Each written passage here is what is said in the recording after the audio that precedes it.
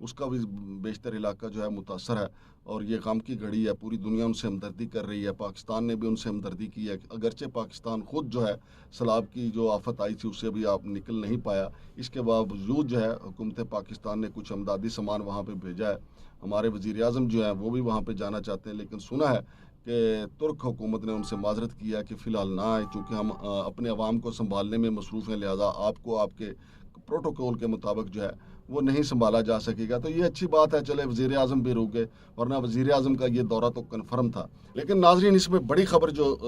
ترکی کے سائنسدان دے رہے ہیں وہ یہ ہے کہ جس قسم کا زلزلہ جو ہے وہ ترکی اور شام میں آیا ہے، اسی قسم کا زلزلہ آئندہ ہفتے 10 دن کے اندر جو ہے پاکستان اور اس کے ملحقہ جو ممالک ہیں وہاں بھی آ سکتا ہے، اور چونکہ یہ آلہ جو ہے ہارپ آلہ جو ہے اس کی فریکوینسیز زیر زمین نیچے بڑھائی گئی ہے، تو بڑی پیمانے پہ تباہی ہو سکتی ہے، اور پاکستان کو اس سلسلے میں ضروری اقدامات کرنے چاہیے، یہ ترکی کے سائنسدانوں کو کہنا ہے۔ اب دیکھتے ہیں کہ ہماری غریب حکومت جو ہے وہ کیا کر سکتی ہے۔ ہم تو اے پی سی جو ہے اپنی وہ نہیں بٹھا پائے، ہم تو ایک پیج پہ نہیں ہیں،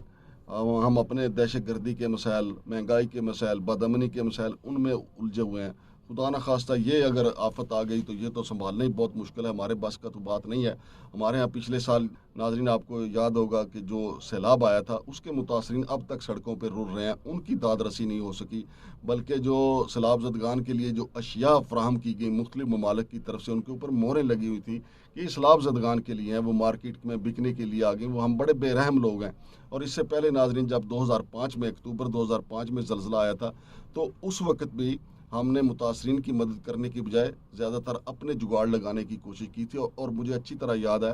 کہ وزارت قانون و انصاف میں بیرون ملک سے کوئی 250 کے قریب کارٹن آئے تھے جو زلزلہ زدگان کے لیے تھے، اور وہ وہاں کے اس وقت کے منسٹر نے اپنے حلقے میں جا کے بانٹ دیے تھے۔ تو ہم بے رحم لوگ ہیں، ہمارے اعمال بھی ایسے ہی ہیں، لیکن اب ایک چیز جو خوفناک ہے وہ یہ ہے کہ زلزلوں پہ انسانوں نے اپنا کنٹرول حاصل کر لیا ہے، یہی موسمیاتی تبدیلی ہے۔ اب زلزلوں پہ اگر انسان اپنا کنٹرول حاصل کر لے گا تو جس ملک میں اس نے تباہی لانا ہوگی، مثال کے طور پہ اگر انڈیا حاصل کر لیتا ہے تو وہ پاکستان کو تباہ، وہ انہوں نے پاکستان کو شروع دن سے مانا ہی نہیں ہے تو وہ پاکستان کی تباہی کو بندوبست کر دیں گے، اور یہی چیز اگر ہمارے ہاتھ لگ جاتی ہے تو ہم اپنے دشمن کی کون سا خیر منائیں گے، تو ہم بھی اپنے دشمن کو نیست و نابود کر دیں گے۔ ویسے اگر پوری دنیا میں دیکھا جائے طاقت کا مرکز جو ہے وہ اس وقت چونکہ امریکہ ہے، اور امریکہ جو ہے وہ ہر اس چیز کو سپورٹ کرتا ہے جہاں مسلم کشی ہوتی ہو، جہاں مسلمانوں کی نسل کشی ہوتی ہو، اور وہاں پہ یا تو خاموش ہو جاتا ہے یا معاملہ جو ہے اقوام متحدہ میں بھیج کر اس کو سرد خانے کی نظر کر دیا جاتا ہے۔ تو یہ سارے معاملات ہیں ناظرین، اگر یہ بڑا خوفناک ہے، اگر یہ ہارپ آلہ جو ہے یہی بنیاد ہے زلزلوں کی، تو پھر تو دنیا غیر محفوظ ہو چکی، پھر جہاں جو چاہے گا۔ اسی طرح رشیا اور امریکہ کی آپس میں ٹسل ہے تو یقینی طور پہ، لیکن وہاں پہ شاید امریکہ اس لیے نہ استعمال کرے کہ وہاں پہ زیادہ مسلمان نہیں ہیں۔ اسی طرح آج کل چائنا اور امریکہ کی بھی بہت شدید ٹسل ہے، آپ کو نے سنا ہی ہے کہ چائنا نے وہاں پہ اپنا ایک غبارہ جو ہے جاسوس غبارہ بھیجا تھا، اس میں جدید ترین آلات لگے ہوئے تھے جس کو امریکی لڑاکا طیاروں نے مار گرایا ہے، اور ابھی چائنا کی طرف سے یہ مطالبہ کیا گیا ہے کہ ہمارا جو ملبہ ہے اس غبارے کا ہمیں دے دیا جائے، لیکن امریکہ نے انکار کر دیا ہے۔ اور امریکہ کیا جو وزیر خارجہ ہیں انہوں نے دورہ کرنا تھا چائنا کا، لیکن انہوں نے وہ دورہ بھی ملتوی کر دیا ہے کہ جی آپ ہماری جاسوسی کرتے ہیں۔ بہرحال یہ لڑائیاں اپنی جگہ پہ جاری ہیں، لیکن مجھے جو پوری دنیا کے حالات بتاتے ہیں کہ اگر یہ ہارپ کے ذریعے زلزلہ رونما ہونا ہے یا زلزلہ پیدا کرنا ہے تو امریکہ چائنا یا رشیا میں نہیں کرے گا، جہاں جہاں اسلامی ممالک ہیں وہاں پہ وہ ضرور اس کا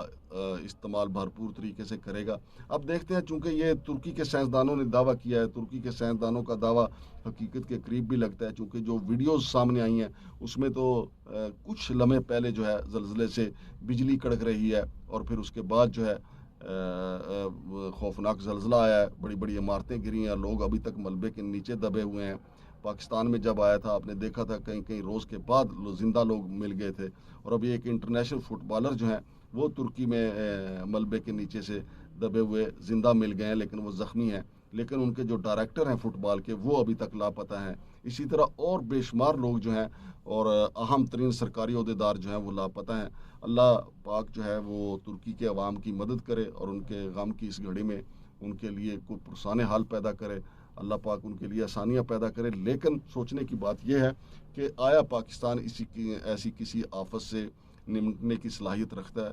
تو میرا خیال ہے کہ پہلے بھی ہم نے معاملات اللہ بھی چھوڑے ہوئے ہیں، اب بھی ہمیں اللہ سے ہی مدد مانگنی چاہیے. تو اللہ پاک ہمارے لیے بھی آسانیاں پیدا کرے، اور ہمارے